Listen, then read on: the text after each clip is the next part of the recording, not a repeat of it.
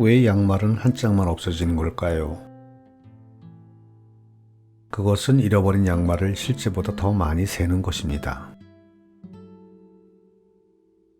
사람들은 대부분 양말을 여러 켤레 가지고 있습니다. 그리고 양말 한 짝은 보이지만 다른 한 짝이 금방 눈에 띄지 않으면 양말 한 짝이 없어졌네 라고 생각합니다. 그리고는 양말 한 짝이 없어졌다고 기억하지만 어떤 종류 혹은 어떤 색깔의 양말인지를 정확하게 기억하지 않습니다. 혹시 나중에 다른 한 짝을 찾더라도 처음 눈에 띄었던 것과 같은 짝이라는 사실을 알아차리지 못합니다. 따라서 우리는 양말 한 짝이 어디로 갔을까? 양말이 왜 이렇게 자주 사라지는지 모르겠어 라고 혼잣말을 하고 맙니다.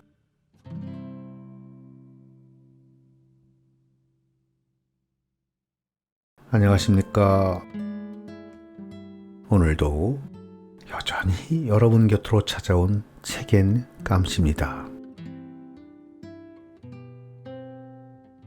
오늘 작품은 출판사 사회평론에서 출간한 왜 양말은 항상 한 짝만 없어질까? 라는 아주 흥미롭고 재미있는 컬럼을 소개할까 합니다. 안세민님이 옮기시고 현재 심리학 및 행동경제학자이신 댄 에리얼리 교수님이 지으신 이 책에선 일상에서 일어나는 인간의 행동 등에 관심을 가지고 어느 지점에서 실수를 하는지 의사결정, 행동 결과를 개선하기 위해 무엇을 할 수 있는지에 대해 집중적으로 연구하여 우리는 왜 사소한 고민으로 괴로워하고 결정적 순간에 잘못된 선택을 할까? 후회할 줄 알면서도 번번이 야식의 유혹에 넘어가고 공중 화장실에서 몇 번째 칸을 쓸까 고민하는 이성적이지만 비합리적인 인간 심리에 흥미로운 해답을 제시해주고 있습니다. 이 책은 월스트리트 저널의 연재한 컬럼에 실렸던 교수님의 질문과 대답을 일부 수정하고 보완하여 펴낸 책입니다. 독자들이 던지는 다양한 질문에 대답하면서 흥미롭고 재미까지 선사해준 댄 에리얼리의 상식 밖의 일상 속 해답을 즐겨보시기 바라겠습니다. 자, 그럼 지금부터 본문의 몇 부분을 낭독하도록 하겠습니다. 오늘도 저와 함께 끝까지 해주십시오.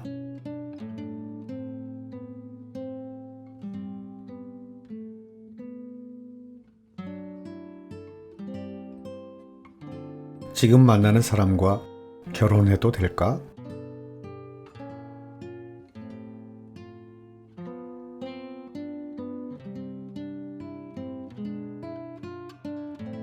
지금 여자친구와 결혼하는 것이 좋은지 아니면 결혼하지 않는 것이 좋은지를 어떻게 알 수 있을까요? 여자친구의 어머니를 만나보세요. 당신이 여자친구와의 관계를 실험할 수 있다면 대체로 실험을 해보는 것이 좋습니다. 당신은 결혼 결정을 하기 전에 실험을 통해 좋은 데이터를 얻을 수 있습니다.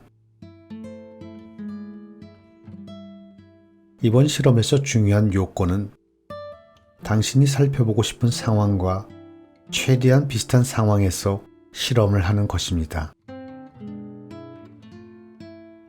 예를 들어 사람들이 온라인에서 행동하는 방식을 살펴보고 싶다면 그들이 온라인에서 직접 행동하게 만드는 것이 좋습니다. 그리고 사람들이 슈퍼마켓에서 행동하는 방식을 살펴보고 싶다면 그들을 시끌벅적한 곳에서 다양한 선택을 할 수 있는 곳으로 데리고 가는 것이 좋습니다. 그러면 당신의 경우에는 어떤 상황에서 실험해야 할까요? 당신이 지금 여자친구와 앞으로 수십 년을 함께 살아갈 때에 어떤 기분이 들 것인지를 알고 싶으면 여자친구의 어머니와 2주 동안 같이 지내보는 것이 어떨지요?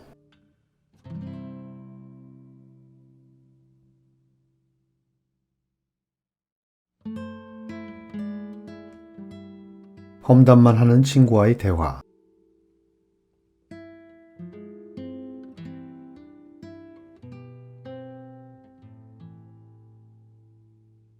저는 얼마 전에 이 친구를 만났습니다. 아주 오랜만에 만나는 친구였죠. 저는 점심을 같이 먹으면서 즐거운 시간을 가지려고 했지만 전혀 그러지 못했습니다. 그 친구는 2시간이 넘도록 주로 남편을 헐뜯는 이야기만 늘어놓았습니다. 간혹 자식에 대한 불만을 섞어가면서요. 저는 너무나도 실망스러운 나머지 그 친구뿐만 아니라 저 자신에 대해서도 불쾌한 기분을 가지고 헤어졌습니다. 지금은 그 친구를 만난 것이 후회됩니다. 사람들은 왜 그처럼 많은 불만을 가지고 살아갈까요?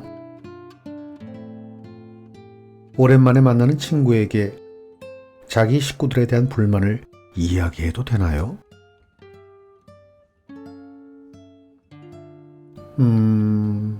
친구가 하소연을 통해 보내는 신호를 포착해야 합니다. 사람들은 여러 가지 이유로 친구들에게 자신의 힘든 처지를 이야기합니다. 그리고 친구들에게 힘든 처지를 이야기하게 만드는 정확한 이유를 따져보는 것도 꽤 흥미롭고 도움이 됩니다. 가장 중요한 이유는 친구에게 그런 이야기를 하다 보면 친구와 좀 더 가까워지는 느낌이 들기 때문입니다. 예를 들어 당신이 어떤 친구를 만나서 어젯밤에 당신 남편이나 자녀 때문에 힘들었던 이야기를 한다고 생각해 보세요. 반대로 가족들 때문에 즐거웠던 이야기를 한다고 생각해 보세요. 어떤 경우에 당신 친구가 당신을 좀 더 많이 이해하고 공감하고는 당신과 가까워지는 느낌이 들까요? 그건 아마도 힘들었던 이야기를 했을 때일 것입니다. 그 다음으로 중요한 이유는 마음의 평화를 얻고자 하기 때문입니다. 이야기를 들어주는 친구에게 괜찮아. 우리가 겪는 일이 결국에는 우리 삶의 일부일 뿐이야. 라는 말을 듣고 싶은 거죠. 때로는 우리가 진정으로 바라는 것은 이야기를 들어주는 친구 역시 자신의 힘든 처지를 털어놓은 것일 수도 있습니다. 그러면 두 사람은 서로의 처지를 이해하면서 위안을 얻을 수 있었겠지요.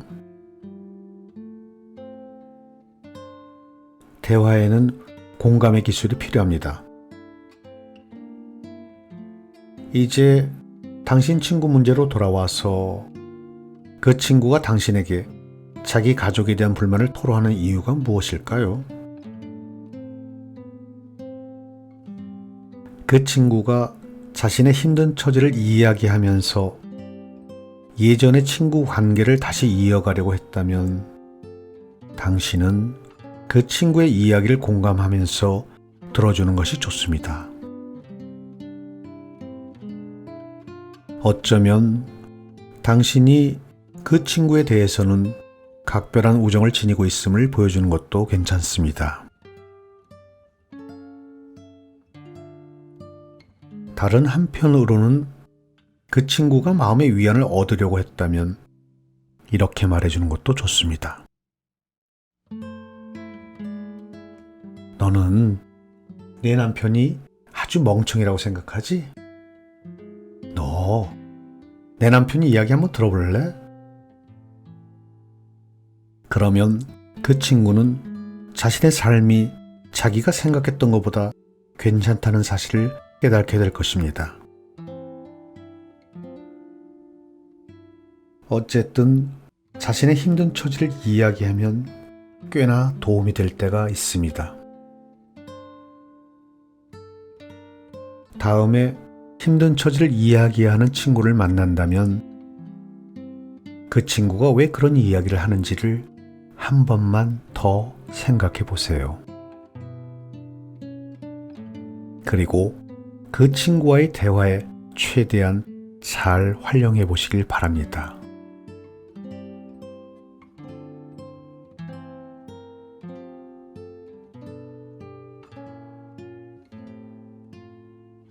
운이 좋은 사람의 비결.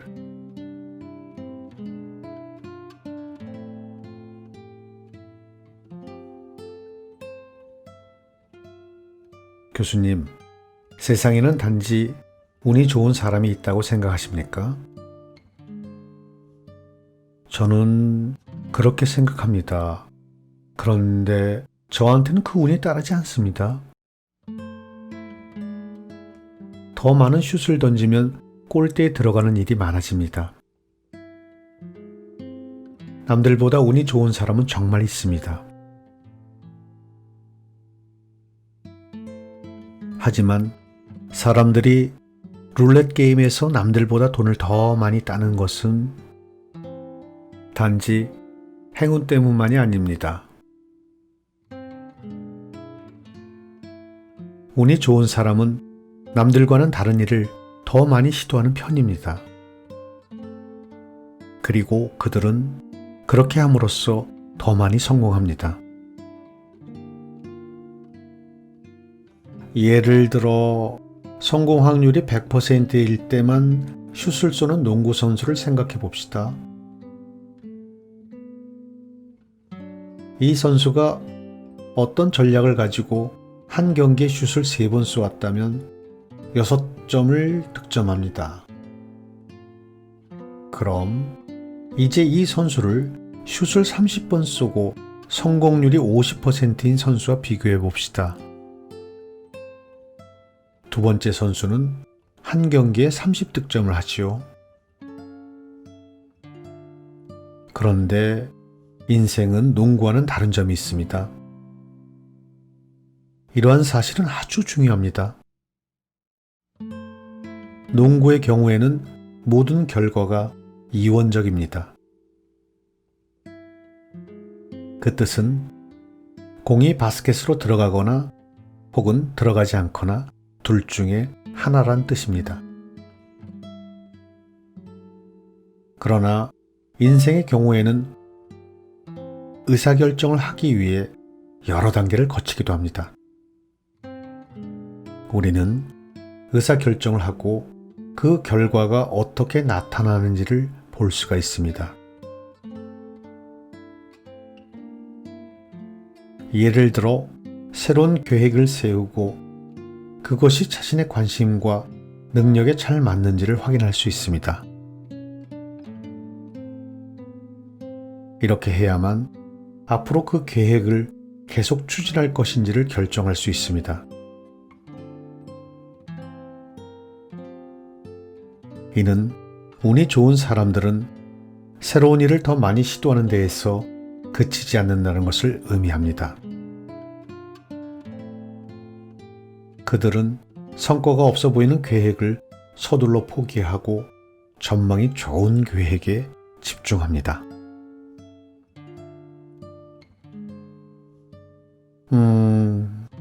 제가 하고 싶은 말이 무엇이냐고요?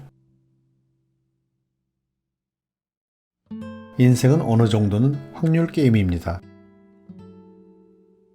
따라서 새로운 일을 많이 시도하세요. 그 다음에는 당신이 가진 카드를 계속 검토하면서 당신에게 더욱 바람직한 선택에 집중할 수 있도록 전망이 별로 없는 카드를 재빨리 버리세요.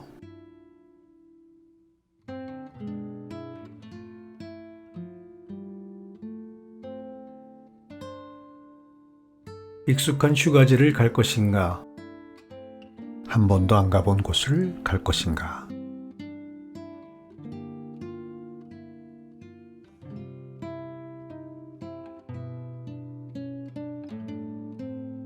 여름이 가까워지자 우리 가족은 휴가 계획을 세우기 시작했습니다. 우리는 지난 몇 년 동안에는 플로리다에서 2주를 보냈습니다. 올해도 같은 곳으로 가야 할까요? 아니면 다른 곳을 찾아봐야 할까요? 우리는 새로운 시도를 두려워합니다. 사람들은 대체로 익숙한 대상에서 심적 안정을 얻습니다. 우리는 익숙한 대상에 끌리기 때문에 여행을 가서도 체인 레스토랑을 찾습니다. 그리고 옛날에 먹어봤던 요리나 아이스크림을 주문합니다. 물론 우리가 익숙한 대상보다 새로운 대상을 더 좋아할 수도 있습니다. 하지만 새로운 대상을 싫어할 수도 있습니다. 손실 깊이 성향에 따르면 우리 마음속에는 불행한 경험에 대한 두려움이 크게 자리를 잡고 있다고 합니다. 따라서 우리는 위험을 무릅쓰고 새로운 대상을 시도하려고 하지는 않습니다.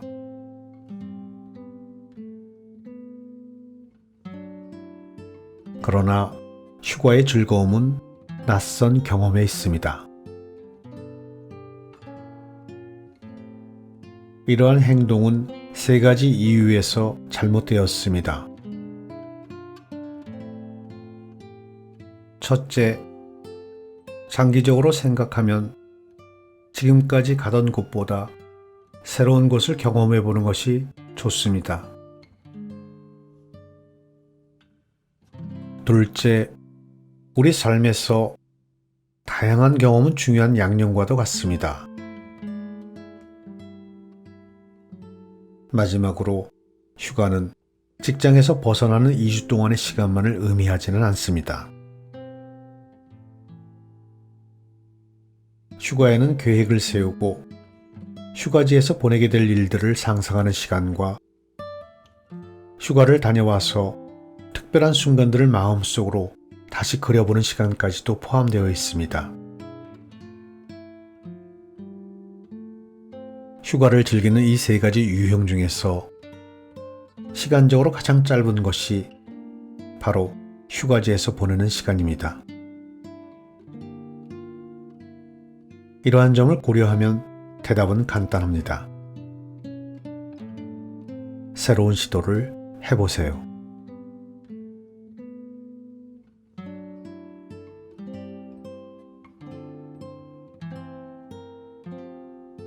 오늘 낭독은 여기까지 하겠습니다. 오늘도 끝까지 저와 함께 해주셔서 감사합니다.